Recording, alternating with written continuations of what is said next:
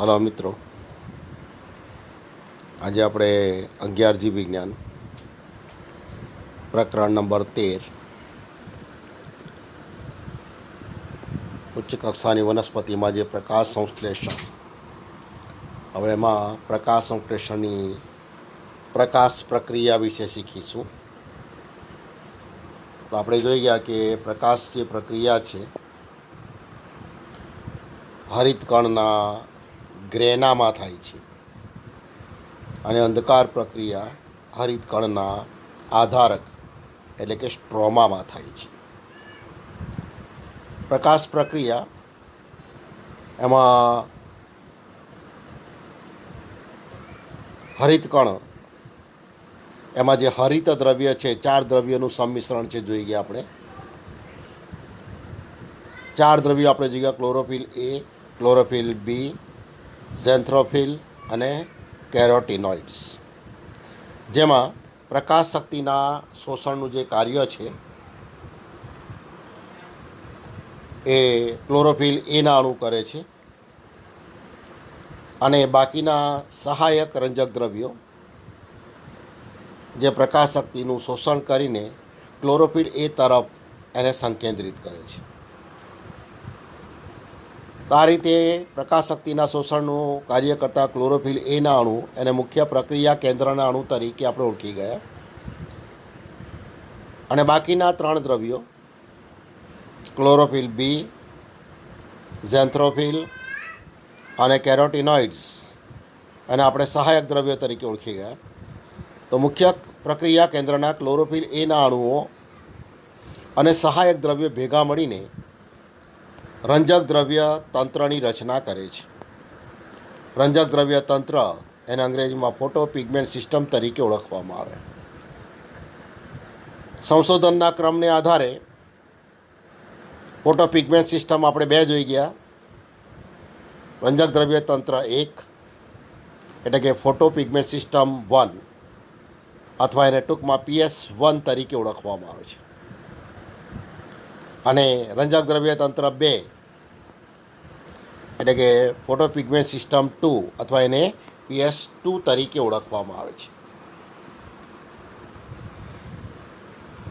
બંને રંજક પદ્ધતિ ભેગી મળીને LHC લાઇટ હાર્વેસ્ટિંગ કોમ્પ્લેક્સની રચના કરે છે.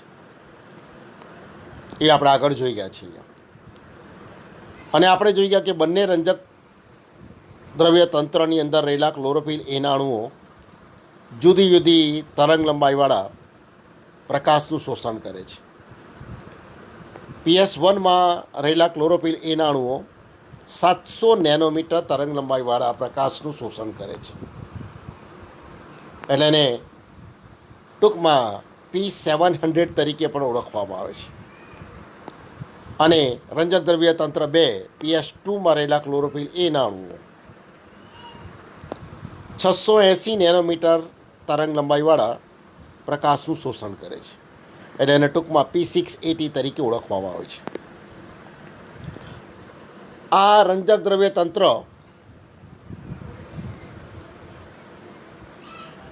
એટીપીના નિર્માણ એટલે કે ફોસ્ફોરાયલેશનની ક્રિયામાં ભાગ લે છે. ફોસ્ફોરાયલેશન 2 રીતે થાય છે: ચક્રીય અને અચક્રીય રીતે, જેનો આપણે ઉલ્લેખ કરી ગયા છે આગળ. અને ચક્રીય ફોસ્ફોરાયલેશનમાં માત્ર અને માત્ર PS1 ભાગ લે છે, જ્યારે અચક્રીય ફોસ્ફોરાયલેશનમાં PS1 અને PS2 બંને ભાગ લે છે.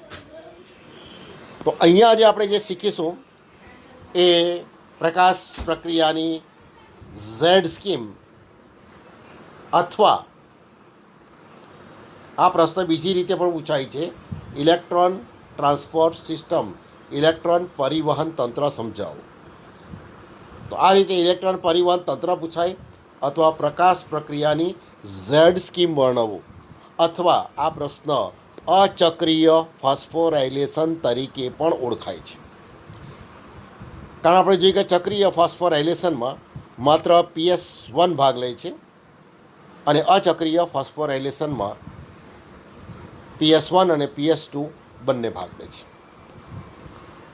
હવે અહીં આપણે જોઈએ તો અચક્રીય ફોસ્ફોરાયલેશનની જે શરૂઆત છે PS2 ફોટો સિસ્ટમ 2 એમાં રહેલા પ્રક્રિયા કેન્દ્રમાં આવેલા ક્લોરોફિલ એના અણુઓ, તો આપણે જોઈએ કે 680 નેનોમીટર તરંગ લંબાઈવાળા પ્રકાશનું શોષણ કરે છે. તો ક્લોરોફિલ પ્રકાશ શક્તિનું શોષણ કરે છે, એમાંથી ફોટોન્સ ગ્રહણ કરે છે અને ક્લોરોફિલના અણુઓ ઉત્તેજિત થાય છે. તો ઉત્તેજિત થઈને એ ઇલેક્ટ્રોન મુક્ત કરે છે. તો આ ઇલેક્ટ્રોન પરમાણુના કેન્દ્રથી દૂરની કક્ષામાં કૂદી જાય છે. તો આ રીતે PS2માંથી મુક્ત થયેલા જે ઇલેક્ટ્રોન છે એને એક ઇલેક્ટ્રોનગ્રાહી પદાર્થ ગ્રહણ કરી લે છે, જે ઇલેક્ટ્રોનને ઇલેક્ટ્રોન ટ્રાન્સપોર્ટ સિસ્ટમ અથવા વીજાણુ પરિવહન તંત્ર તરફ એને દોરી જાય છે. અહીંયા વીજાણુ પરિવહન તંત્રમાં વિવિધ વાહકો આવેલા હોય છે. આ વાહકો જે ઇલેક્ટ્રોન એનું વહન કરે છે. તો વાહક દ્વારા જ્યારે ઇલેક્ટ્રોન મેળવાય છે તો આપણે ઓક્સિડેશન અને રિડક્શનની પ્રક્રિયા જોઈશું. આપણે તો ઓક્સિડેશનમાં ઓક્સિજન ગ્રહણ થાય છે, જ્યારે ઇલેક્ટ્રોન મુક્ત થાય છે, હાઇડ્રોજનનો ત્યાગ થાય છે, શક્તિ ગુમાવાય છે. ઓક્સિડેશનમાં માત્ર શું મેળવાય છે? ઓક્સિજન મેળવાય છે, બાકી ઇલેક્ટ્રોન ગુમાવાય છે, હાઇડ્રોજન દૂર થાય છે, શક્તિ મુક્ત થાય છે. જ્યારે રિડક્શનની પ્રક્રિયામાં એના કરતાં ઊંધું, ઇલેક્ટ્રોન મેળવાય, હાઇડ્રોજન ગ્રહણ થાય, શક્તિ ગ્રહણ થાય અને ઓક્સિજન મુક્ત થાય છે. તો આ રીતે આ જે વાહકો છે, જ્યારે એ વાહક ઇલેક્ટ્રોન ગ્રહણ કરે તો આપણે એને કહીશું કે રિડક્શન થયું, અને તરત જ એ વાહક પછી એ ઇલેક્ટ્રોનને મુક્ત કરી દે. આ પ્રક્રિયા દરમિયાન ઇલેક્ટ્રોન પોતે વપરાઈ જતા નથી. તો જ્યારે કોઈ ઇલેક્ટ્રોન વાહક ઇલેક્ટ્રોનને ગ્રહણ કરે ત્યારે કઈ ક્રિયા થઈ? રિડક્શનની પ્રક્રિયા. અને ઇલેક્ટ્રોન મુક્ત કરે એટલે ઓક્સિડેશનની પ્રક્રિયા થઈ. તો આ રીતે દરેક વાહક ઇલેક્ટ્રોન ગ્રહણ કરે, ઇલેક્ટ્રોન મુક્ત કરે, એટલે વારાફરતી ઓક્સિડેશન અને રિડક્શનની પ્રક્રિયા થાય છે. આ ઓક્સિડેશન અને જે રિડક્શનની પ્રક્રિયા છે એને સંયુક્ત રીતે રેડોક્સ પ્રક્રિયા તરીકે ઓળખવામાં આવે છે. એટલે આ રેડોક્સ પ્રક્રિયા શૃંખલાબદ્ધ રીતે થાય છે, એને રેડોક્સ શૃંખલા તરીકે પણ ઓળખવામાં આવે છે. તો આ જે ઓક્સિડેશન અને રિડક્શન એના પોટેન્શિયલના માપદંડ અનુસાર આ ક્રિયા અધોગામી ક્રિયા છે, ડાઉનહિલ પ્રક્રિયા, ડાઉનહિલ રિએક્શન તરીકે ઓળખાય છે અહીંયા. તો આ રીતે આ સમગ્ર પરિવહન શૃંખલામાંથી ઇલેક્ટ્રોન જ્યારે પસાર થાય છે ત્યારે આ ઇલેક્ટ્રોનનો ઉપયોગ થતો નથી કે ઇલેક્ટ્રોન વપરાઈ જતા નથી, પરંતુ PS2માંથી મુક્ત થયેલા ઇલેક્ટ્રોન ફરી પાછા PS2 પાસે પાછા આવતા નથી, રંજક પદ્ધતિ 2ને મળતા નથી, પણ આ ઇલેક્ટ્રોન રંજક પદ્ધતિ 1ને આપી દે છે, એના રંજક દ્રવ્યોને આપી દે છે. એટલે કે PS2માંથી મુક્ત થયેલા ઇલેક્ટ્રોન ફરી પાછા PS2માં ન પ્રવેશતા PS1માં પ્રવેશ કરે છે, અને એટલે જ આપણે એને અચક્રીય ફોસ્ફોરાયલેશન તરીકે ઓળખી ગયા છે. તો અહીંયા આપણે ચાર્ટમાં પણ જોઈએ તો અહીંયા પ્રકાશ તંત્ર 2 અને રંજક પદ્ધતિ 2 બતાવી છે, આ રંજક પદ્ધતિ 1 બતાવી છે. શરૂઆત થાય છે LHC એમાં PS2થી. તો PS2 એમાં ક્લોરોફિલ એના અણુ જે છે એ 680 નેનોમીટર તરંગ લંબાઈવાળા પ્રકાશનું શોષણ કરે છે. પ્રકાશનું શોષણ કરે એટલે ક્લોરોફિલ ઉત્તેજિત થાય છે અને 4 શક્તિસભર ઇલેક્ટ્રોન મુક્ત કરે છે. આ 4 ઇલેક્ટ્રોનનો સૌ પ્રથમ પ્રાથમિક વીજાણુ ગ્રાહક એનો સ્વીકાર કરે છે અને પછી આ ઇલેક્ટ્રોન પરિવહન તંત્રમાંથી પસાર થાય છે. હવે ઇલેક્ટ્રોન પરિવહન તંત્રના વાહકો આપેલા નથી, પણ એના વાહકો છે ક્યુ એટલે ક્વિનોન, અજ્ઞાત વાહક વાય, પી ક્યુ એટલે પ્લાસ્ટોક્વિનોન, ક્યુ એટલે ક્વિનોન છે, વાય એટલે અજ્ઞાત વાહક, પી ક્યુ એટલે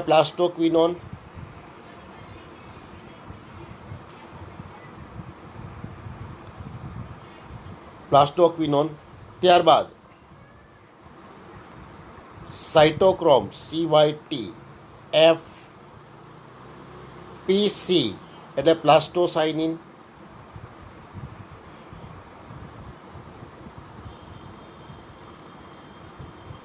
અને એના દ્વારા એ LHC એટલે PS1 ને મળે છે. તો આ રીતે આ ઇલેક્ટ્રોન પરિવહન તંત્ર અને ઇલેક્ટ્રોનના વહનનો જે માર્ગ આ છે. સૌ પ્રથમ ક્વિનોન, અજ્ઞાત વાહક વાય, પ્લાસ્ટોક્વિનોન, સાઇટોક્રોમ એફ, પ્લાસ્ટોસાઇનિન, અને તેના દ્વારા એ PS1 ને પ્રાપ્ત થાય છે. તો આ રીતે PS2માંથી મુક્ત થયેલા ઇલેક્ટ્રોન ફરી પાછા PS2માં પુનઃ પ્રવેશ કરતા નથી. ઇલેક્ટ્રોન ક્યાં જાય છે? PS1 ને પ્રાપ્ત થાય છે.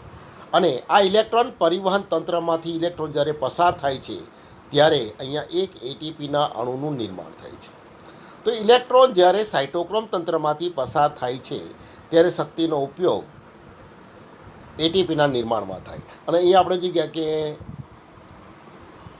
અચક્રીય ફોસ્ફોરાયલેશનમાં ઇલેક્ટ્રોન પરિવહન તંત્રમાં એક જ સાઇટોક્રોમ તંત્ર આવે છે, સાઇટોક્રોમ એફ, અને એમાંથી ઇલેક્ટ્રોન પસાર થાય ત્યારે એક જ ATPનું નિર્માણ થાય. જ્યારે ચક્રીય ફોસ્ફોરાયલેશનમાં આ ઇલેક્ટ્રોન પરિવહન તંત્રમાં બે સાઇટોક્રોમ આવશે, સાઇટોક્રોમ બી અને સાઇટોક્રોમ એફ. તો જ્યારે ઇલેક્ટ્રોન સાઇટોક્રોમ બીમાંથી પસાર થાય ત્યારે એક ATP મળશે, સાઇટોક્રોમ એફમાંથી પસાર થાય ત્યારે.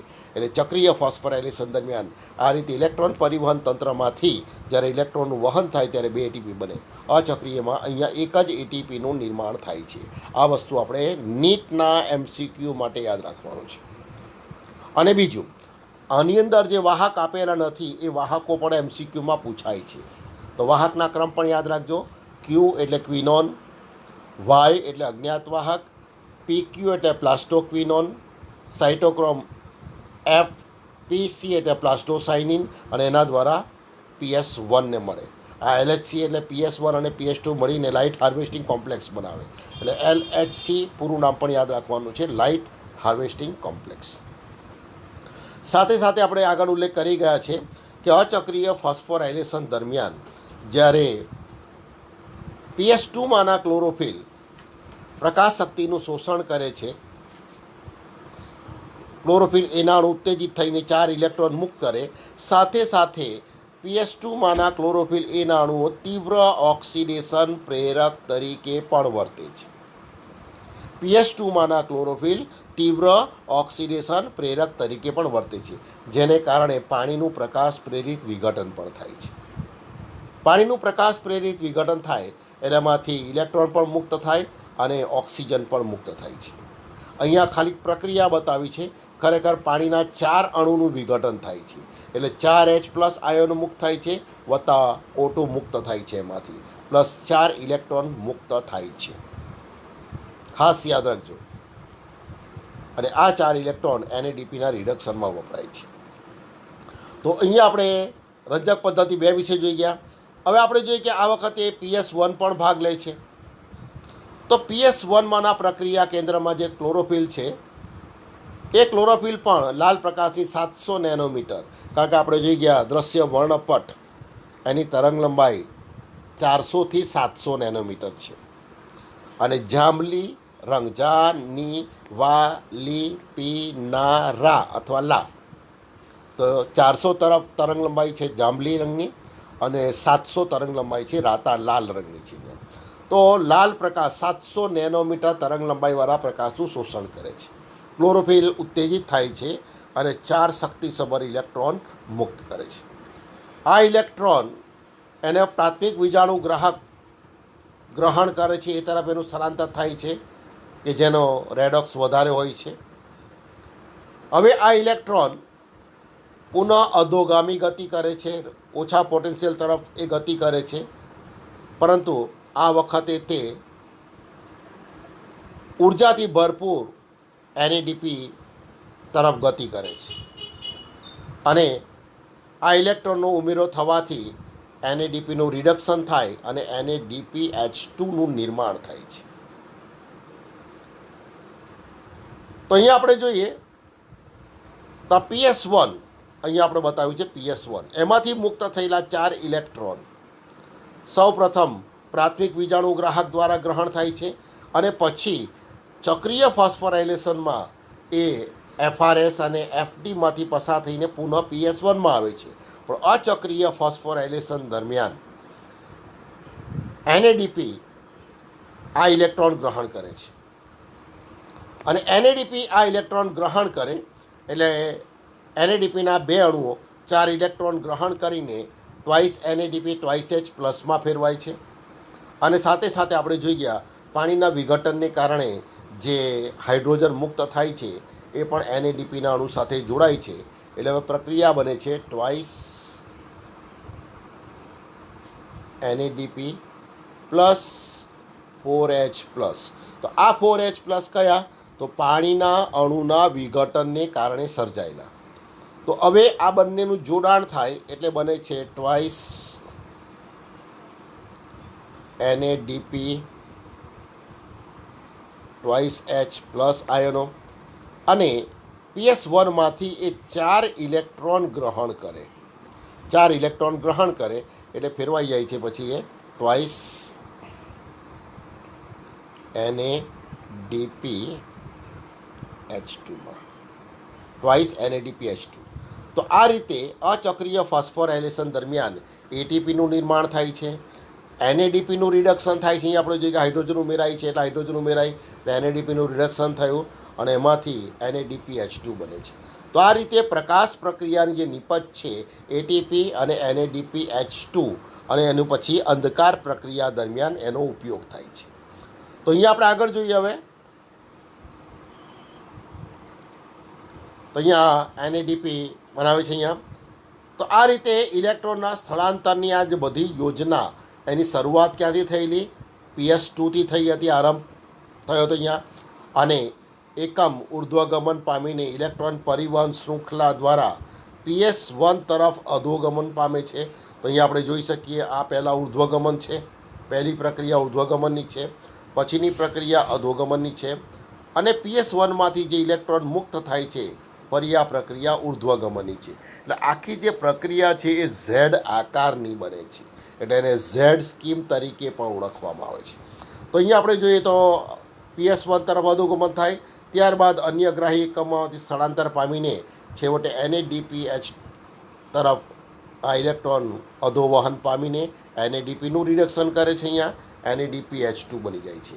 તો આ બધી યોજના કેવા આકારની બની ગઈ? ઝેડ આકારની. પાછા જોઈ લઈએ આપણે, દેખાય છે અહીંયા ઝેડ.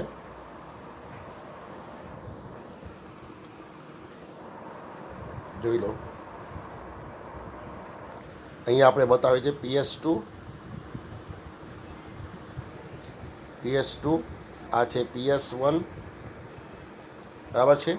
તો પહેલાં ઉર્ધ્વગમન, અધોગમન, ઉર્ધ્વગમન અને અધોગમન એટલે આ આખી આકાર કેવું બની ગયું? ઝેડ આકાર. તો અહીંયા એને ઝેડ સ્કીમ અથવા ઝેડ યોજના તરીકે ઓળખવામાં આવે છે અને આ આકાર ત્યારે બને કે જ્યારે બધા જ વાહકો એક જ રેડોક્સ ક્ષમતા માપદંડ અનુસાર ક્રમાનુસાર ગોઠવાયેલા હોય. તો અહીંયા આખી જે પ્રક્રિયા હવે આપણે દેખાય છે અહીંયા, તો આને આપણે ઝેડ સ્કીમ તરીકે ઓળખીશું બરાબર છે. અથવા પરીક્ષામાં પૂછાય અચક્રીય ફોસ્ફોરાયલેશન સમજાવો તો એ પણ સમગ્ર પ્રક્રિયા આમાં આવી જાય છે અહીંયા. તો હવે આખી પ્રક્રિયાને ફરીથી જોઈ લઈએ આપણે. ઝેડ સ્કીમ અથવા ઇલેક્ટ્રોન પરિવહન તંત્ર. તો ઝેડ સ્કીમ અથવા ઇલેક્ટ્રોન પરિવહન તંત્ર, ઇલેક્ટ્રોન પરિવહનનો જે માર્ગ છે ઝેડ આકારનો છે એટલે એને ઝેડ સ્કીમ તરીકે પણ ઓળખવામાં આવે છે.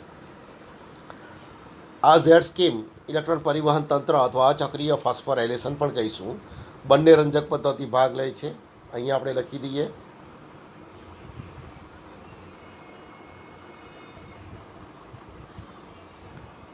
LHCમાં PS2 છે અને LHCમાં PS1 છે. ફરી જોઈ લઈએ તો એની શરૂઆત ક્યાંથી થાય? રંજક પદ્ધતિ 2થી થાય. શરૂઆત ક્યાંથી થાય? રંજક પદ્ધતિ 2. તો પ્રકાશ રંજક પદ્ધતિ 2માંના ક્લોરોફિલ કઈ તરંગ લંબાઈનું શોષણ કરે? તો 680 નેનોમીટર. અને PS1 વાળા તો અહીંયા 700 નેનોમીટર. અને 700 નેનોમીટર એટલે યાદ રાખજો લાલ રંગ. કયા રંગની પ્રકાશ તરંગ લંબાઈ શોષાય? લાલ રંગનો યાદ રાખજો. અને 680 એટલે નારંગી. તો અહીંયા ઉપર લખેલું છે પ્રકાશ તંત્ર 2, રંજક તંત્ર 2 અને રંજક તંત્ર 1. તો શરૂઆત થાય છે PS2થી. PS2 એમાં રહેલા ક્લોરોફિલ એના અણુઓ 680 નેનોમીટર તરંગ લંબાઈવાળા પ્રકાશનું શોષણ કરે છે. ફોટોન્સ 4 ફોટોન્સ ગ્રહણ થાય છે અને 4 શક્તિસભર ઇલેક્ટ્રોન મુક્ત થાય છે. સાથે સાથે આપણે જોઈ ગયા કે PS2માંના ક્લોરોફિલ એના અણુઓ જ્યારે ઉત્તેજિત થાય છે ત્યારે એ તીવ્ર ઓક્સિડેશન પ્રેરક તરીકે પણ વર્તે છે, જેને કારણે પાણીનું પ્રકાશ પ્રેરિત વિયોજન થાય છે, પાણીનું વિઘટન.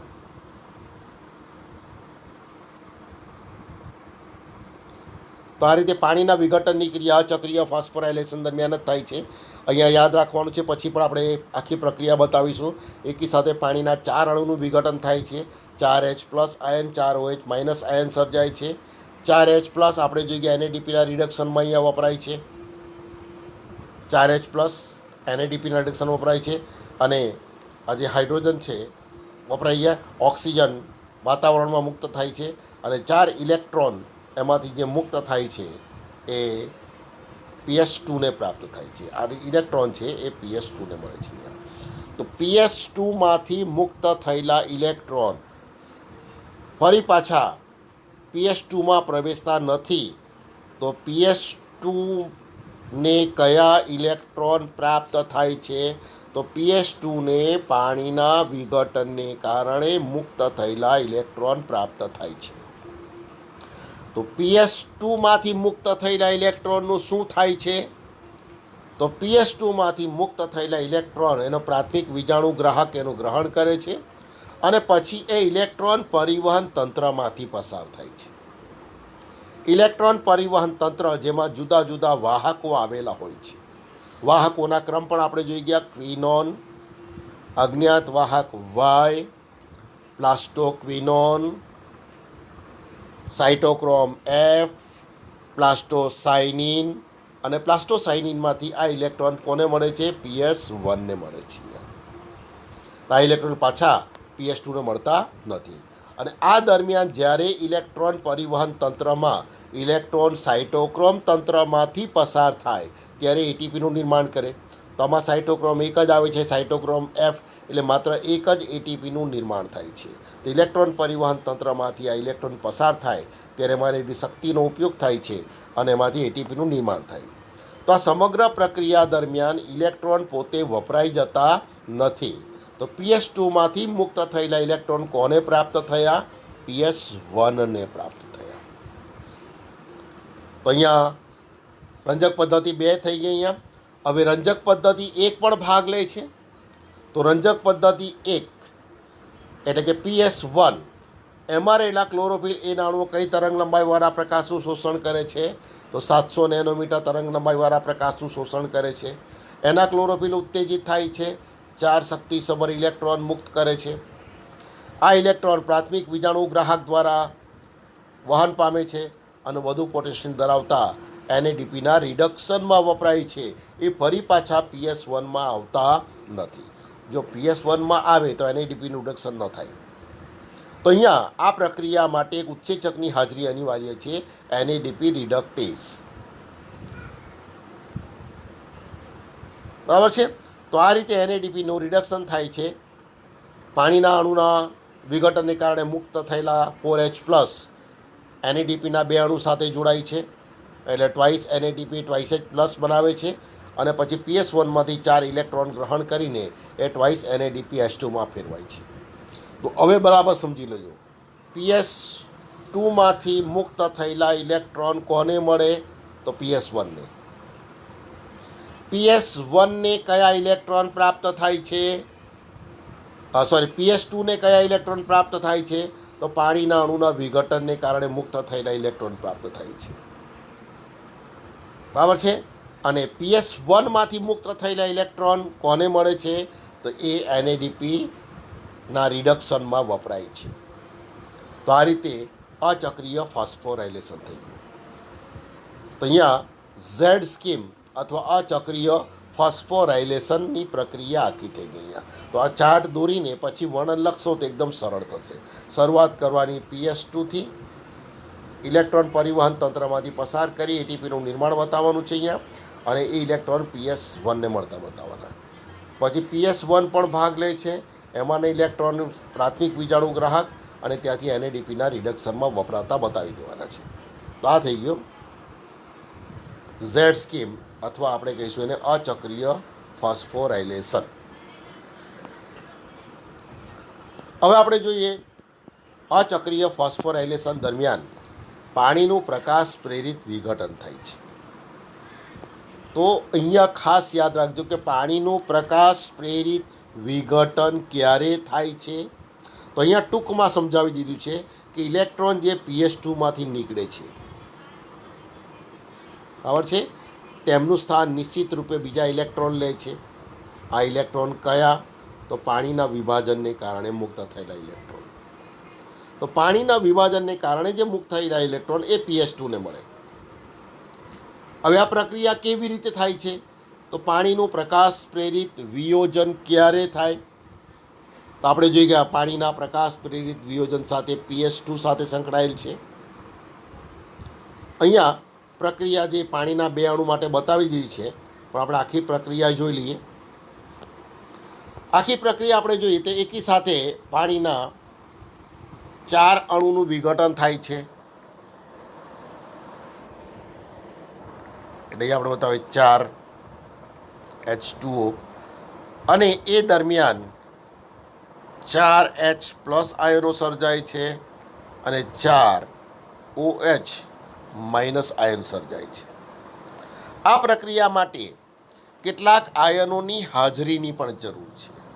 તો કયા આયનોની હાજરીમાં આ પ્રક્રિયા થાય છે? તો અહીંયા Ca+2, Mn+2 અને Cl-. તો અહીંયા એક માર્કમાં પ્રશ્ન પૂછાય છે, પાણીના પ્રકાશ પ્રેરિત વિયોજન માટે કયા આયનોની હાજરી અનિવાર્ય છે? તો Ca+2, Mn+2 અને Cl- આ આયનોની હાજરીમાં પાણીનું પ્રકાશ પ્રેરિત વિઘટન થાય છે. હવે અહીંયા પ્રશ્ન જરાક ફેરવીને પૂછાય છે. તો 12મા પ્રકરણની અંદર લઘુ પોષક તત્વો અને ગુરુ પોષક તત્વો વિશે આવી જાય છે. જરાક સમજાવી દઉં કે લઘુ પોષક તત્વો કોને કહેવાય, ગુરુ પોષક તત્વો કોને કહેવાય. તો જે આવશ્યક પોષક તત્વની જરૂરિયાત વનસ્પતિના શુષ્ક દળમાં પ્રતિ ગ્રામ, એટલે કે વનસ્પતિનું શુષ્ક દળ જો 1 ગ્રામ હોય, તેમાં એની જરૂરિયાત 1 થી 10 મિલીગ્રામ જેટલી હોય, તેને ગુરુ પોષક તત્વ કહેવાય. વનસ્પતિના શુષ્ક દળમાં પ્રતિ ગ્રામ 1 થી 10 મિલીગ્રામ જરૂરિયાત હોય તેવા તત્વોને ગુરુ પોષક તત્વો કહેવાય. અને જે આવશ્યક પોષક તત્વની જરૂરિયાત વનસ્પતિના શુષ્ક દળમાં પ્રતિ ગ્રામ 0.1 મિલીગ્રામ અથવા તેનાથી પણ ઓછી હોય, તેને લઘુ પોષક તત્વ તરીકે ઓળખવામાં આવે છે. કયું છે? લઘુ પોષક તત્વ. તો ગુરુ પોષક તત્વની આવશ્યકતા કેટલી? તો વનસ્પતિના શુષ્ક દળમાં શુષ્ક દળ એટલે પાણી વગરનું વજન, એમાં વનસ્પતિનું પાણી વગરનું વજન જો 1 ગ્રામ હોય અને એ આવશ્યક પોષક તત્વની જરૂરિયાત 1 થી 10 મિલીગ્રામ જેટલી હોય તો ગુરુ પોષક તત્વ. અને વનસ્પતિના શુષ્ક દળમાં પ્રતિ ગ્રામ, એટલે વનસ્પતિનું શુષ્ક દળ 1 ગ્રામ હોય અને તેમાં આવશ્યક પોષક તત્વની જરૂરિયાત 0.1 મિલીગ્રામ કે તેનાથી પણ ઓછી જરૂર હોય તો આપણે એને કહીશું લઘુ પોષક તત્વ. હવે એક સૂત્ર તમને આપી દઉં કે જેથી તમે એકદમ સરળતાથી આ વસ્તુ યાદ રાખી શકો. ગુરુ પોષક તત્વ માટે છે ઓકે મેના હાફોસ કાપો. ઓ કે મેના હાફોસ કાપો. આટલા તત્વો છે ગુરુ પોષક તત્વ છે, આપણે યાદ રાખી લેવાનું. સૂત્ર યાદ રહી જશે સરળતાથી. ઓકે મેના હાફોસ કાપો. તો કયા કયા ગુરુ પોષક તત્વો આવી ગયા આમાં? ઓ એટલે ઓક્સિજન, કે એટલે કેલ્શિયમ.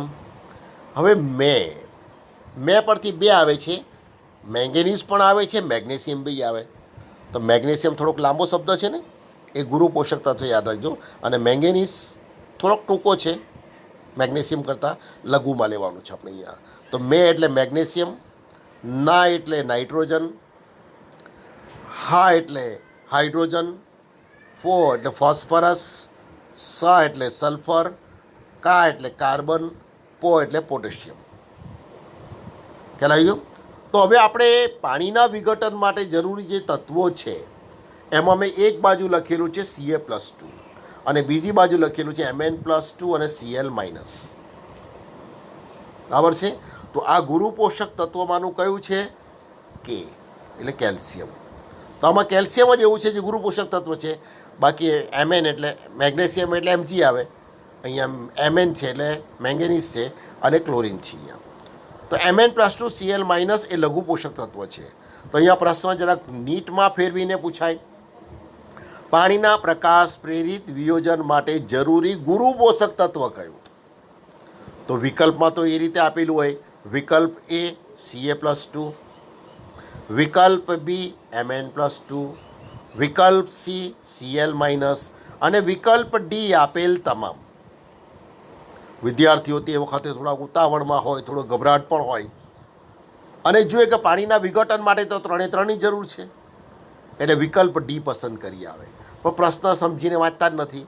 પાણીના વિઘટન માટે જરૂરી પોષક તત્વો નથી પૂછેલા, ગુરુ શબ્દ લખેલો છે અંદર.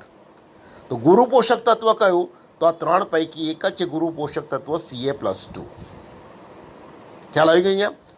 તો આ રીતે ગુરુ પોષક તત્વ માટે પણ પ્રશ્ન પૂછી શકાય, લઘુ પોષક તત્વ માટે પણ પ્રશ્ન પૂછી શકાય. તો આ રીતે આવશ્યક તત્વો ખ્યાલ આવી ગયા. ફરી લઈએ આપણે. 4H2O, એનું વિભાજન થાય એટલે 4H+ આયનો, 4OH- આયન, Ca+2, Mn+2 અને Cl- આયનની હાજરીમાં ક્રિયા થાય છે. હવે 4H+ આયન આપણે જોઈ ગયા છે આગળ અચક્રીય ફોસ્ફોરાયલેશનમાં Z સ્કીમમાં કે NADPના 2 અણુ દ્વારા ગ્રહણ થાય ટ્વાઇસ NADP.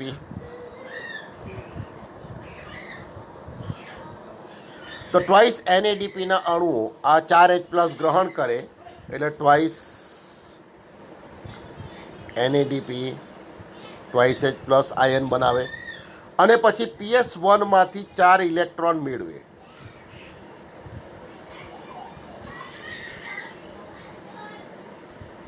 ક્યાંથી મેળવે? PS1માંથી આપણે જોઈ ગયા તે બનાવે ટ્વાઇસ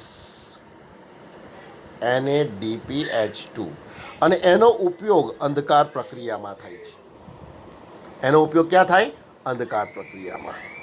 તો હવે આપણે જોઈએ તો 4OH- આયનનું શું થાય? તો એમાંથી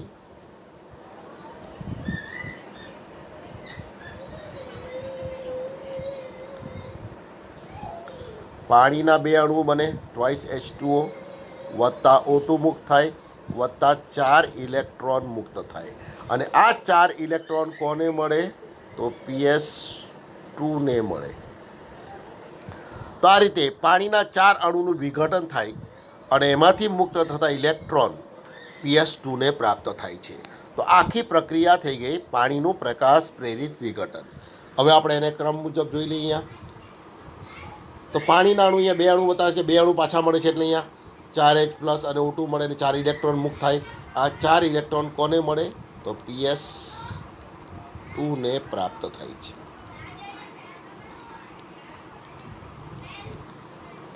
અને ઉત્પન્ન થતું O2 એ પ્રકાશ સંશ્લેષણની એકમાત્ર વાસ્તવિક નિપજ છે. એટલે આગળ આપણે જોઈ ગયા હિલ અને નીલના ફાળાની અંદર પ્રકાશ સંશ્લેષણ દરમિયાન CO2નો ઉપયોગ થાય અને વાતાવરણમાં O2 મુક્ત થાય છે. ખ્યાલ આવ્યો. અને ઇલેક્ટ્રોન્સના જરૂરી સ્થાનફેર માટે ફોટોસિસ્ટમ 1માંથી દૂર થયેલા ઇલેક્ટ્રોન PS2 દ્વારા પૂરા પાડવામાં આવે છે. તો અહીંયા આપણે જોઈએ ગયા કે PS1માંથી 4 ઇલેક્ટ્રોન મુક્ત થાય છે, એ પાછા PS1માં આવતા નથી. એ ક્યાં વપરાઈ ગયા? NADPના રિડક્શનમાં. તો PS1 એમાંથી જે 4 ઇલેક્ટ્રોન દૂર થયા તેને કોના ઇલેક્ટ્રોન મળે? તો આપણે જોઈ ગયા PS2માંના ઇલેક્ટ્રોન PS1ને પ્રાપ્ત થાય છે. બરાબર છે. અને પાણીનું વિભાજન એ PS2 સાથે સંકળાયેલ છે. બરાબર છે. જે ભૌતિક રીતે થાઇલેકોઇડના પટલની અંદરની તરફ થાય છે. કારણ કે આપણે જોઈ ગયા છે કે થાઇલેકોઇડના પટલની અંદર રંજક દ્રવ્ય તંત્ર આવેલા છે અને ત્યાં પાણીનું પ્રકાશ પ્રેરિત વિઘટન એટલે પ્રકાશ પ્રક્રિયા થાય છે અને અચક્રીય ફોસ્ફોરાયલેશનનો પ્રકાશની હાજરીમાં જ થાય છે. તો અહીંયા પાણીનું પ્રકાશ પ્રેરિત વિઘટન થઈ ગયું. હવે આમાંથી કયા કયા પ્રશ્ન પૂછાય છે આવી ગયા? તો પાણીનું પ્રકાશ પ્રેરિત વિઘટન ક્યારે થાય?